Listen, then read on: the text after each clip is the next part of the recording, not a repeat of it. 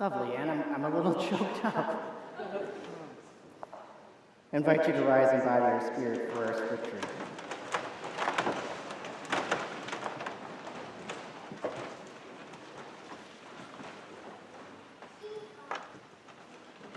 It's from the Gospel of Matthew, chapter 25. Might be familiar to some of you. At the appointed time, the promised one will come in glory, escorted by all the angels of heaven, and will sit upon the royal throne with all the nations assembled below. Then the promised one will separate them one from another, as a shepherd divides the sheep from the goats. The sheep will be placed on the right hand, and the goats on the left. The ruler will say to those on the right, "Come, you blessed of my Abba God, I inherit the kingdom prepared for you from the creation of the world. For I was hungry, and you fed me. I was thirsty, and you gave me drink. I was a stranger, and you welcomed me. Naked, and you clothed me. I was ill, and you comforted me. In prison, and you came to visit me." Then these just will ask, "When did we see you hungry and feed you, or see you thirsty and give you drink? When did we see you as a stranger and invite you in, or clothe you in your nakedness? And when did we see you ill or in prison and come to visit you?" The ruler will answer them, "The truth is, every time you did this for the least of my sisters or brothers, you did it for me." Hear what the Spirit is saying to the church. You may be seated. So I invite you to come up front with me.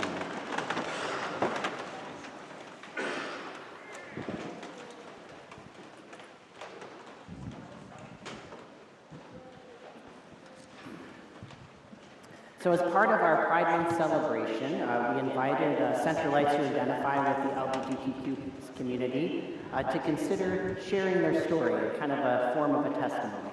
So several members said yes. So we've heard from Caitlin Reams and Scott Dewey, and from Adam Sykes and Danielle County, and here on our last Sunday in Pride Month, we hear from Zozette Greer.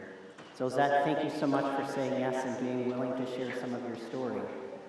What would you share with us this morning? Well, first, thank you to everyone. It is truly a blessing to share this, just this day with you. And what I will share is kind of the journey that brought me to Central and where I used to be. So I've grown up in the church. practically my whole life, a very Protestant upbringing. I went to Lutheran elementary school, high school. Also, my family, I'm Filipino American. There was a small Filipino American church that I went to growing up. Also was part of small group in church in college. And then graduated college, moved back home. And a few years after I graduated college, I was given this wonderful opportunity to work at another Filipino American church in Metro Detroit, a Protestant congregation, and one that even my grandparents had a connection to, and so it was a very special place for me. And I worked there from about 2013 to 2020. And I was their worship leader and their choir director. And there were times when I couldn't believe that this was my job. I was getting to do music with them. Also, it was just a wonderful place of cultural connection. For those of us who are Asian American living in the Midwest, it's sometimes, it's a little different than, I imagine it'd be a little different than if I had grown up on the coast, just because Asian Americans are kind of dispersed in this area. And so getting to be part of like a Filipino church was, it was nice to have, essentially, my choir members were like my second set of grandparents, right? And I wouldn't call people in that church like Mr. and Mrs. So-and-so. These were my titos and my titas. But at the same time, it was difficult because I was closeted. When I was in college, I accepted that I was a lesbian, but in that church that I was now working at, I knew from things people had had voiced their opinions, never to me directly because they didn't know that I was gay, but there was just a general non-acceptance of same-sex marriage in particular. And so I could experience, on a given Sunday, I could experience wonderful moments of connection with people through music, and I could look out on the congregation and kind of really appreciate and feel very blessed by the fact that we could be connected in worship. But at the same time, it would be a very odd experience to stand up there and know that if they knew truly who I was, they wouldn't accept me. They wouldn't accept this part of me, that I could never get married in this church with these people who I loved and who, loved me also in their own way. And so I kind of learned to, and maybe I feel like a lot of queer people have this experience when they are closeted, is that you learn to wear a mask and you learn to be impassive when sometimes things are said that can be hurtful, or judgments made about queer people. And so it was an interesting experience carrying this inner dissonance with me whenever I was there. And I think we each have a complex relationship with church, and that time was probably a time when my relationship with church was at its most complex. And so, but I kind of stuck it out there, and along the way, I was very fortunate to have found connections to affirming pastors outside of that church and other queer Christians who had kind of who were a little farther along the journey of being more out. And so in the 7 years that I was working there, I would kind of meet with these people outside of my time serving at the church, and it was in a way, it was a blessing to me. They would help kind of bolster this innermost self so that I could kind of keep going. And it took me a while. I felt it took me a while to feel like the timing was right for me to finally leave. And that time came around the pandemic, because things were just slowing down. And we weren't meeting as much in person, certainly. But I remember I was so afraid of making that next step of leaving. because there was the coming out part, but I kind of made sure I only came out to the pastor and his wife at that time. I think the hard part was just saying goodbye to everybody. I knew that loss was going to be part of the journey, and I felt like every year that had passed, I was trying to prepare myself. Because church there's a rhythm to everybody's life, but church provides a specific rhythm. It provided a specific rhythm to my life.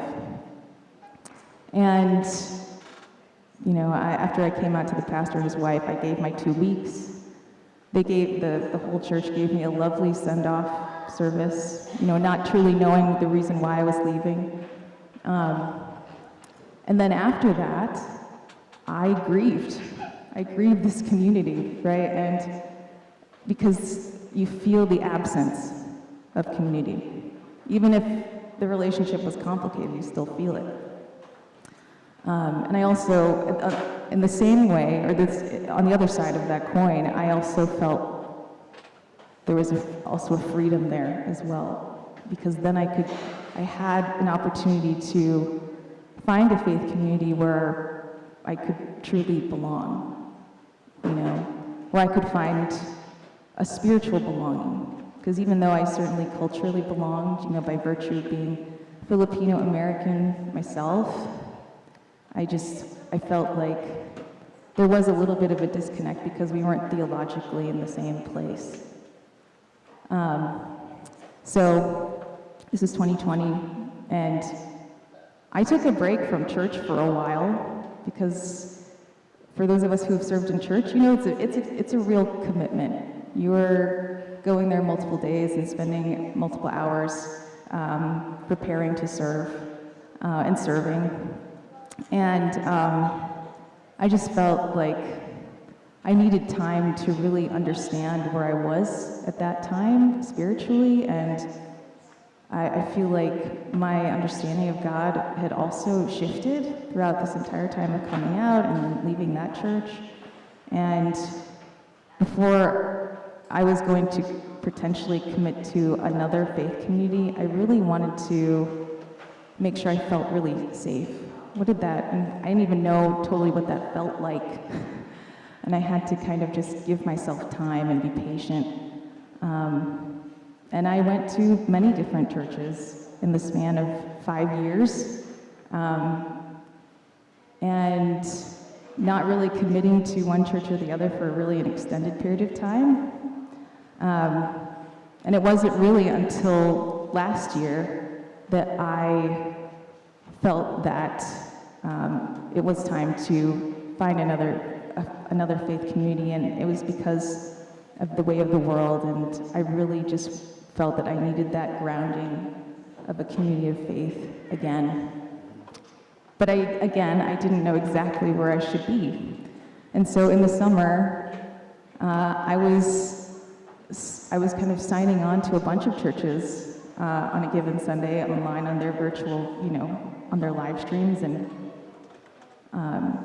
and churches that I had heard about from other people, and I was kind of church hopping around, but on Zoom, and I remembered Central.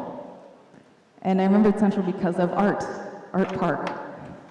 My colleague Bill and I, our day jobs we work at Detroit PBS for a news program. And we had interviewed Art actually right here in the pews at Central for a story about Vincent Chin. That was like a few years ago. But I remembered this church because of Art. And I signed on one Sunday last summer, and Reverend Paul was on the screen, and I watched the whole thing. And for other church services, I kind of would come up against something that, I don't know, sometimes other church services had felt a little too, something about their language, or just about, I found like, I was sort of allergic to some evangelical type references, and I would have to sign off. But for this I stayed through the whole service. Then I kept on coming back online and watching more of Central's services because I noticed a few things. And one of those things was that Central is very careful with the language it uses. It's very inclusive with how it talks about God and other people and who is beloved. And it's very explicit about that. And I saw that every time. Also, you read the statements, the welcoming statements during every service, and Central is very, very overt about who is welcome here. That's right. And so that was very encouraging to me. And after a few months of this, even it still took me a little bit of time, but I finally decided to come in person in October. And I felt safe enough to just try it out. And so I texted Art to let him know that I was coming on that Sunday, and I was late. I apologize for that, but it was communion. Not alone here. Not all right. Yeah, such a time.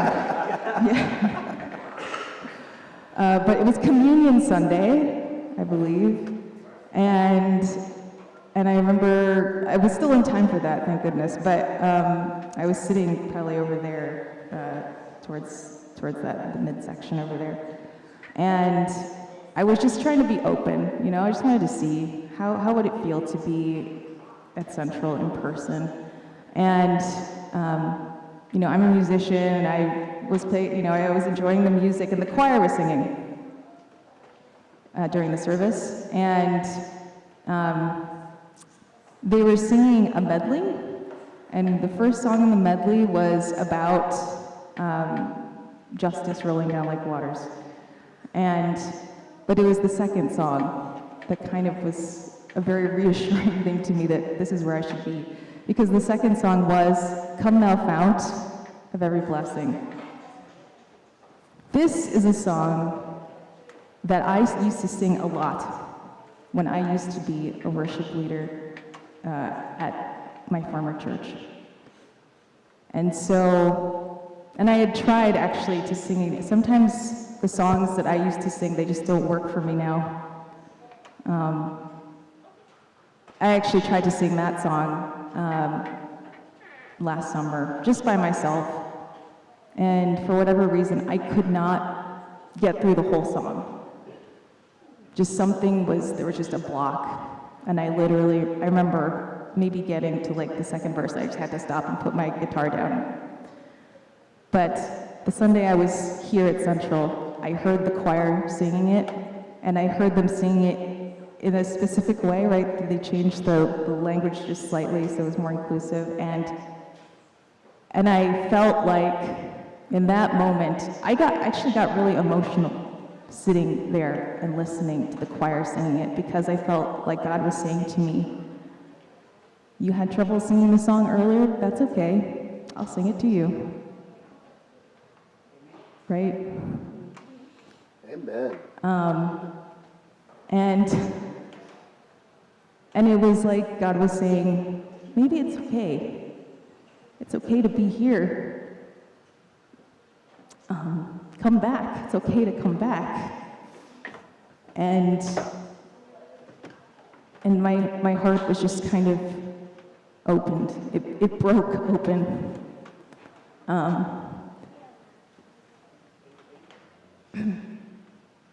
And I felt like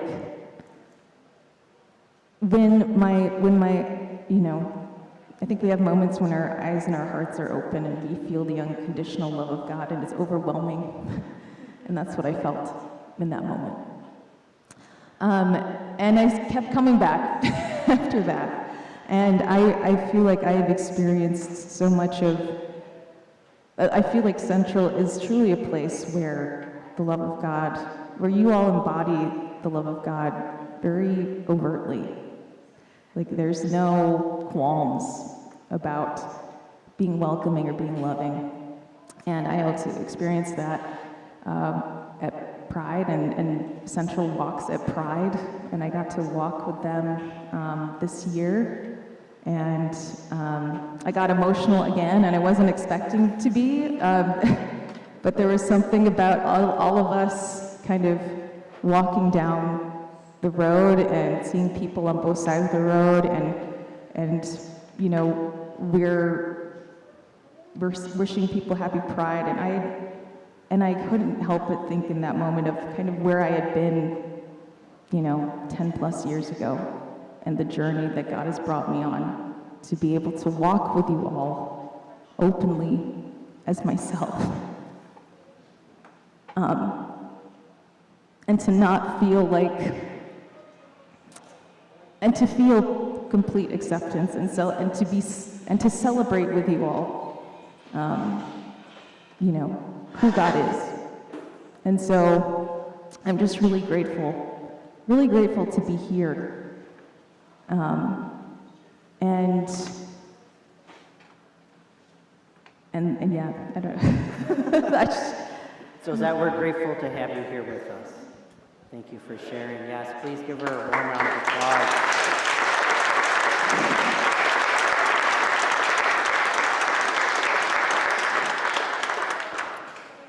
When we were preparing for this, you really said that you felt that you've been in a season kind of interim, of in-between, right? The fancy word might be like a liminal time, right? And so you said there was a poem that meant a lot to you. So I'm going to read it. It's from John O'Donohue for the interim time. I'll read it, and then if you have maybe a few words to share after that, and then we'll close, okay? So this is for the interim time by John Donahue. When near the end of day, life has drained out of light, and it is too soon for the mind of night to have darkened things. No place looks like itself. Loss of outline makes everything look strangely in between, unsure of what has been or what might come. In this wane light, even trees seem groundless. In a while it will be night, but nothing here seems to believe the relief of darkness. You are in this time of the interim, where everything seems withheld. The path you took to get here has washed out. The way forward is still concealed from you. The old is not old enough to have died away. The new is still too young to be born. You cannot lay claim to anything.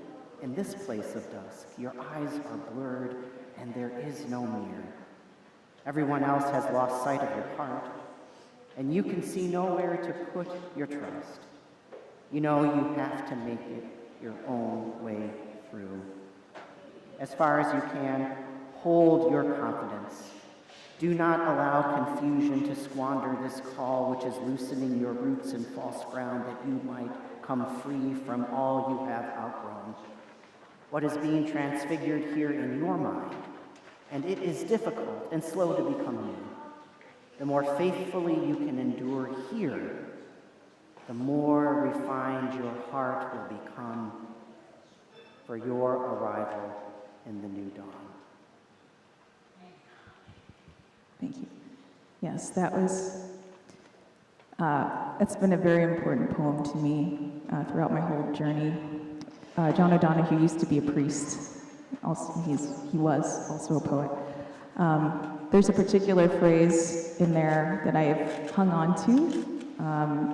At any time there was a threshold in my kind of coming out journey and my faith journey, and the line is, "It is difficult and slow to become new." And I am a perfectionist, and I don't have a lot of patience with myself.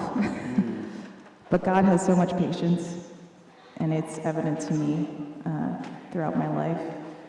And I feel like God has been saying, you know, you're not late. Let things happen. Listen to your innermost self, you know. And it's just been a wonderful reminder to me, and I still feel that poem resonates. And I think it just, for people who I'll speak just for myself, but it's taken the time that it needed to take. And it's taken the time for me, it's needed to take even to serve musically again. Like I love serving here musically because I feel like I can bring my whole self now. There's no, this inner dissonance that I used to carry, it's kind of not part of the equation anymore. And that is such a gift. to me. And the music I feel flows, you know. I can sing things true, you know, and as a musician and just in life, that's when you can express yourself without barricading your own thoughts and feelings. It's such a thing, it's such a beautiful thing. And I hope that, you know, I hope that when I'm up there, that comes across somehow. but yeah, thank you. No, thank you, Zozette. Thank you for sharing that wisdom. It is indeed difficult and slow to become new for all of us. So thank you for inviting us to be part of your journey and joining our journey here together. And what a great piece of wisdom for us. You know, Central, I think, has a bit of a, I don't know, maybe a perfectionist streak, maybe a bit of impatience in our bones about how we want the world to change right now, right here. And this wisdom of allowing the space for the time that is needed. The recognition that we need to kind of journey through this interim time. And that it is difficult and slow to become new is a real truth. And it's why we need community together. Thank you, Zozette. Please.